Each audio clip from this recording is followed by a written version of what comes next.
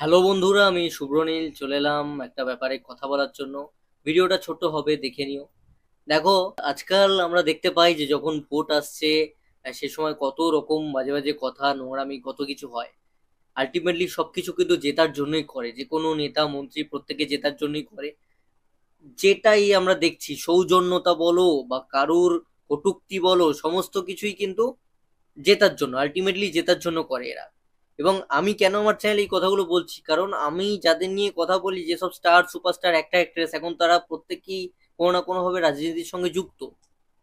তো কথা আসবে অবশ্যই দেবদাকে নিয়ে, যেটা তোমরা থাম্বনেলে দেখে নিয়েছো।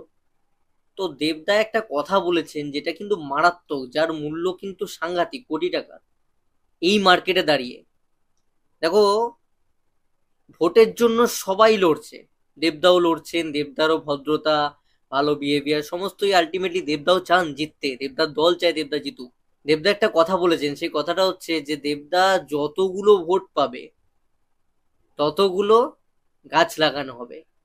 এটা তোমরা হয়তো জেনে গেছো, অনেকে যারা জানো না তাদের জন্য বললাম।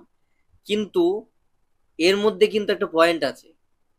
দেবদা খালি বলেছেন যে যতগুলো ভোট আমি পাবো ততগুলো গাছ লাগানো হবে, দেবদা কিন্তু বলেননি এই কথাটা যে আমি যত ভোটে জিতবো বা আমি জিতলে যতগুলো ভোট পাবো ততগুলো গাছ লাগানো হবে।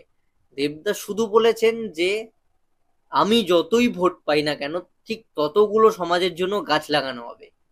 সেটা আমি যদি হারিও, তাহলেও ওই কটা গাছ লাগানো হবে যতগুলো ভোট আমি পাচ্ছি। এর চেয়ে ভালো কথা, এর চেয়ে ভালো দৃষ্টান্ত আমার মনে হয় না এই সময় দাঁড়িয়ে আর রয়েছে। তো আমার মনে হলো এইটা সবার মাঝখানে ছড়িয়ে দেওয়া দরকার, সেই জন্য ভিডিওটা করলাম।